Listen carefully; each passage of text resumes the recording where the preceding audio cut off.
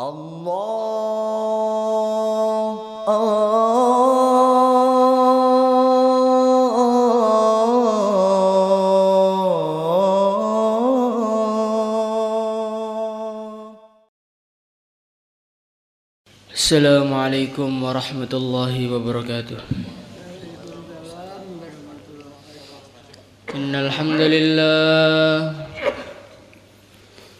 Innal hamdalillah nasta'inuhu wa nastaghfiruhu wa nu'minu bihi wa natawakkalu alayhi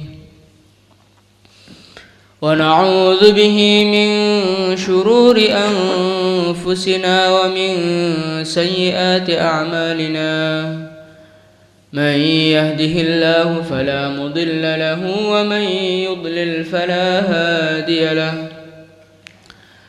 Ashhadu an la ilaha illallah wahdahu la sharika lahu wa ashhadu anna sayyidana wa maulana wa habibana Muhammadan abduhu wa rasuluh.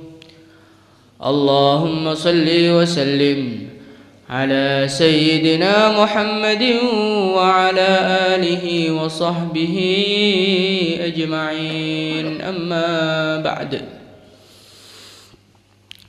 قال تعالى في كتابه الكريم والذين جاهدوا فينا لنهدينهم سبلنا وإن الله لمع المحسنين.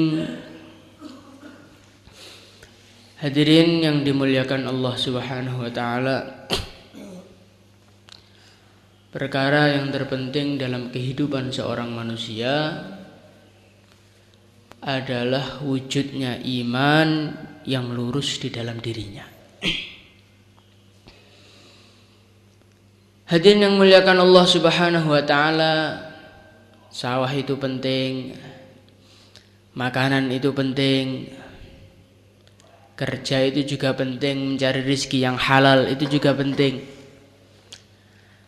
Tetapi perkara iman ini perkara yang paling penting. Kenapa hadirin yang mulia?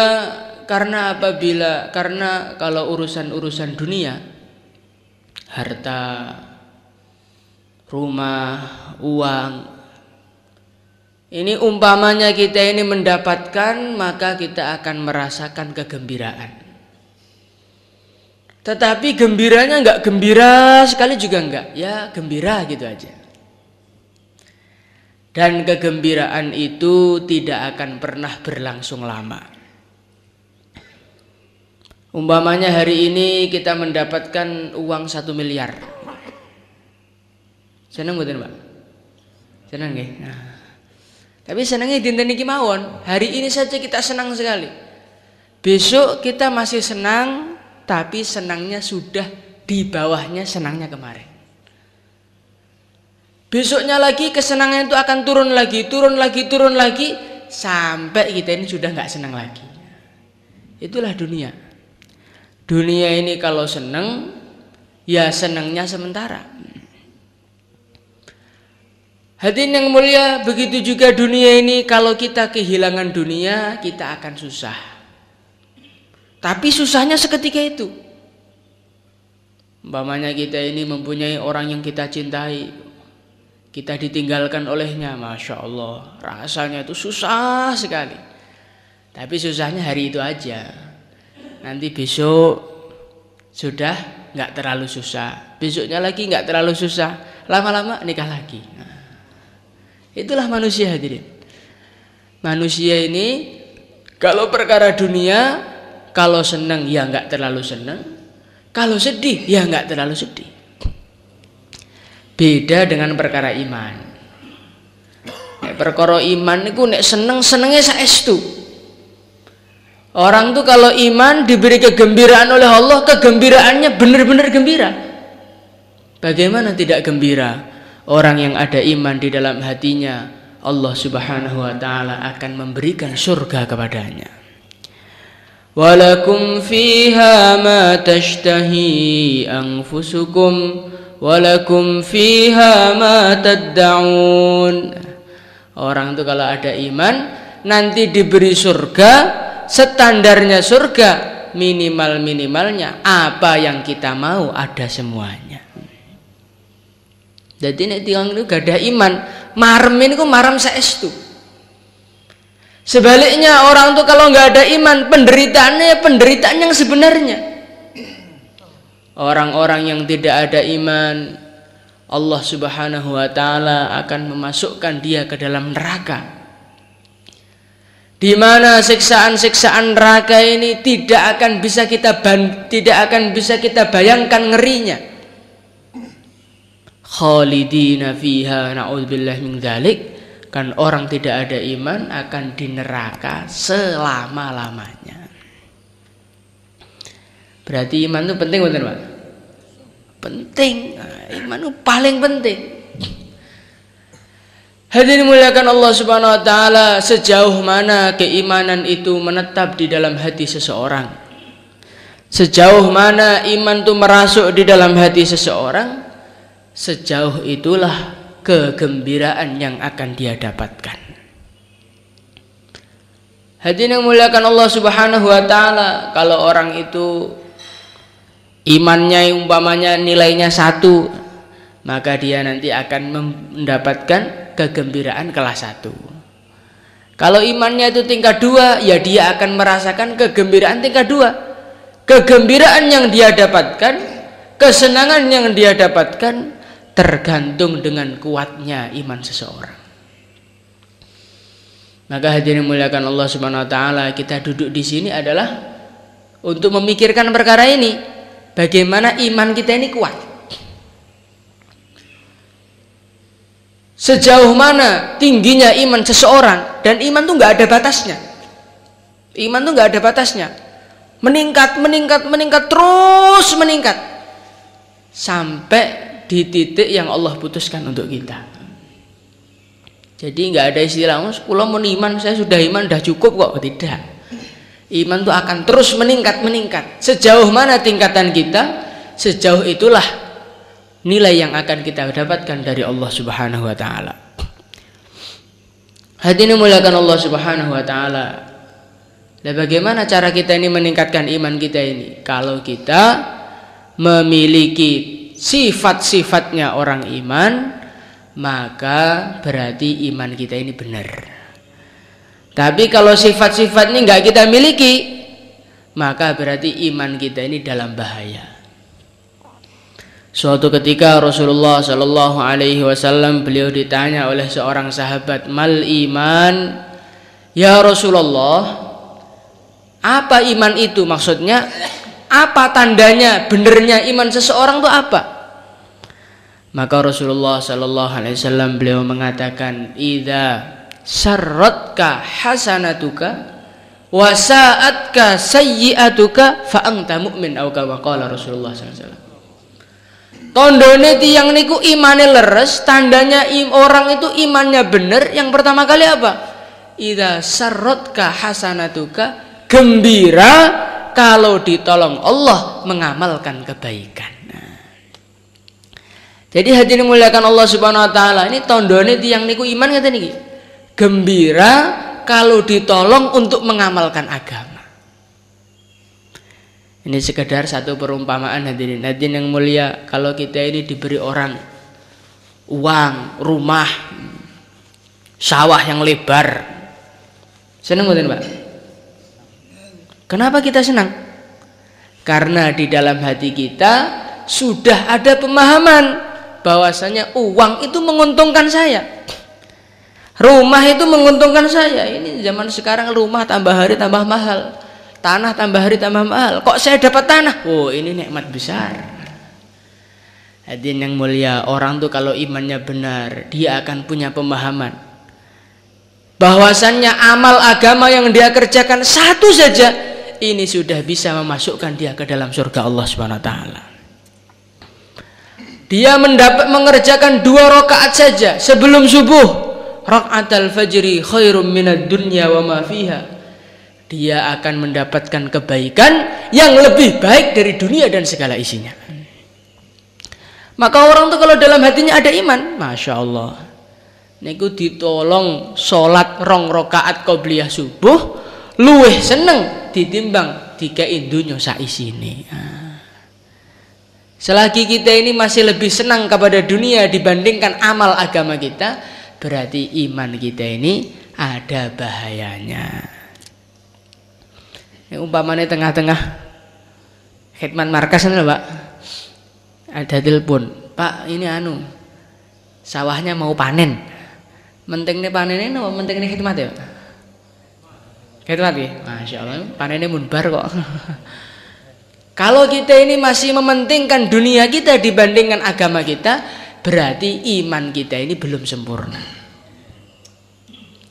Karena apa? Orang tuh kalau tandanya imannya itu gembira. Sejauh mana nilai sesuatu masuk di dalam hatinya, sejauh itulah kegembiraan dia. Kalau orang itu dapat uang 1 juta, maka dia gembira. Kalau orang itu dapat uang 1 miliar, dia akan lebih gembira. Kalau kita suruh milih antara 1 juta dengan 1 miliar, pilih pundi, Pak? Milih yang 1 miliar. Kenapa? Lebih menguntungkan. Lah dunia itu kalau mencangkul di sawah 70.000 1 hari. Tapi kalau di markas memperjuangkan agama 1 hari lebih baik daripada dunia dengan segala isinya. Milih kerja 70.000, napa milih kerja sedina angsal dunia sak isine. Maka sedaya niat khidmat sebulan sedaya insyaallah ya. Hadirin dimuliakan Allah Subhanahu wa taala, itulah tanda iman. Kemudian tanda iman yang kedua kali, wasa'atka sayyi'atuka. Tandanya orang itu imannya benar adalah susah, sedih, merasa enggak enak ketika dia melakukan kemaksiatan. Hadirin muliakan Allah Subhanahu wa taala. Kenapa susah melakukan kemaksiatan itu disangkutkan dengan iman? Karena orang itu kalau iman dia punya pemahaman maksiat kepada Allah ini adalah perkara yang paling merugikan. Umpamanya kita ini punya sawah. Besok ini sudah mau panen. Penjual gabahnya sudah disiapkan. Di kepalanya sudah menari-nari uang jutaan rupiah. Ditinggal turu, tangi-tangi terak banjir hilang sedoyo. Rasanya pripun, Pak? Masya Allah. Kata tiang setrum dadak nih goro-goro mboten sida panen. Banyak orang itu sakit mendadak gara-gara apa? Gara-gara tidak jadi panen. Kenapa? Karena dia merasa rugi dengan luar biasa kerugian. Hadirin muliakan Allah Subhanahu wa taala. Orang itu meninggalkan amal agama itu ruginya enggak karu-karuan. Man fatatuhu salatul asr faka'annama wutira ahluhu wa maluh. Barang siapa yang tidak sholat asar, maka dia itu seperti kehilangan seluruh keluarganya dan hartanya. Kita ini belum kehilangan seluruh harta, baru sebagian harta saja. Golek ini mulai setengah mati, Pak. Kasur-kasur digoleki menawa temu, lemari-lemari dibukai, lengser-lengser dibukai, sedaya tiang ditangleti. Roh dhuwitku kurang, dhuwitmu pira to? 5.000. Harta 5.000 mawon mados ini zaman sakniki setengah mati.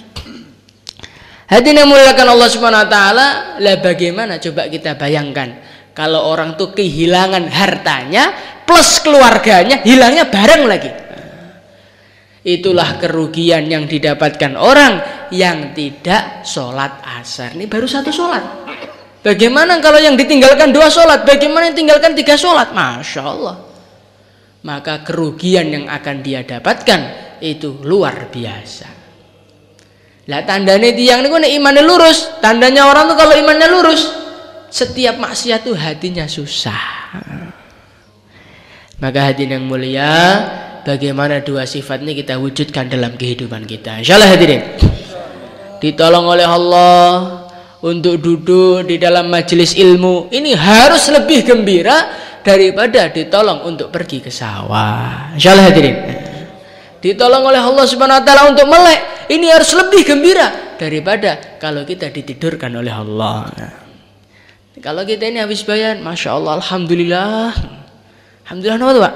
Saya tadi habis subuh kok ditolong tidur tidak terasa bangun-bangun sudah zuhur. Masya Allah. Hadirin yang mulia, ini adalah berarti imannya ini kurang lurus ini. Karena dia itu masih gembira ketika dia belum ditolong mengamalkan agama. Maka bagaimana dua sifat ini kita wujudkan dalam kehidupan kita? Insya Allah hadirin. Sejauh mana tingginya iman kita, sejauh itu pula lah dua rasa ini akan wujud dalam diri kita. Maka hadirin yang mulia, zaman dulu kala diceritakan ada seseorang ahli ibadah, wiritan terus. Suatu hari ini nafsunya naskil dan setan juga ikut naskil. Kang sampeyan itu loh kok hari-hari wiritan, ya sekali-kali cuci mata gitu loh, lihat-lihat dunia. Nanti habis cuci mata, ya kotor-kotor sedikit, wiritan lagi, insya Allah bersih langsung itu. Maka akhirnya, iya cocok juga ya kayaknya. Akhirnya dia keluar dari tempat peribadahannya, baru melangkahkan kaki satu langkah, tiba-tiba Allah buka hatinya. Astaghfirullahaladzim, sudah wiritan bertahun-tahun kok masih mau ngeluyur lagi. Akhirnya dia nggak jadi ngeluyur, dia masuk lagi ke tempat wiritannya. Hadirin yang mulia, tapi dia berpikiran ini salah satu kaki saya ini sudah pernah mau saya gunakan untuk maksiat ini, maka nggak boleh masuk lagi. Akhirnya dia memasukkan badannya, kakinya dikeluarkan di depan pintu, kepanasan kedinginan sampai kaki ini merotoli. Ini padahal apa? Baru ingin maksiatnya belum baru ingin. Masya Allah, inilah namanya orang tuh kalau imannya kuat tuh seperti ini. Baru ingin maksiat saja, dia langsung menyiksa dirinya sampai merotol sikile. Kalau kita bagaimana Pak? Maksiat itu sudah nggak ingin, sudah maksiat terus kita ini. Masya Allah. Maka hadirin yang mulia, bagaimana kita berusaha tingkatkan keimanan kita supaya sifat-sifatnya orang iman wujud dalam hati kita. Insya Allah hadirin. Lah bagaimana supaya iman kita ini meningkat?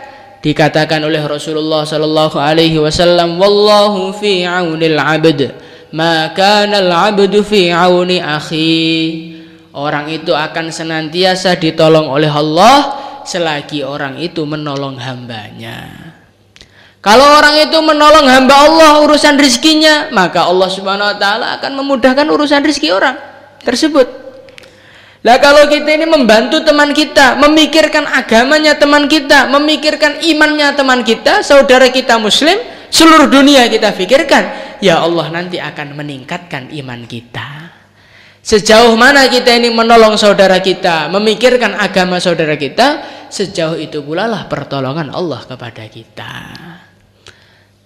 Maka hadirin yang mulia, bagaimana kita ini memperjuangkan agama. Insyaallah hadirin. Kita ini memperjuangkan agama, mboten kok kita niki mun sae mboten. Sampai yani ngejak-ngejak salat bendine cik keri lho. Kok ngajak-ngajak wong bareng nyapa. Sampai yani nasihat-nasihati orang, antum sendiri loh masih banyak keburukannya.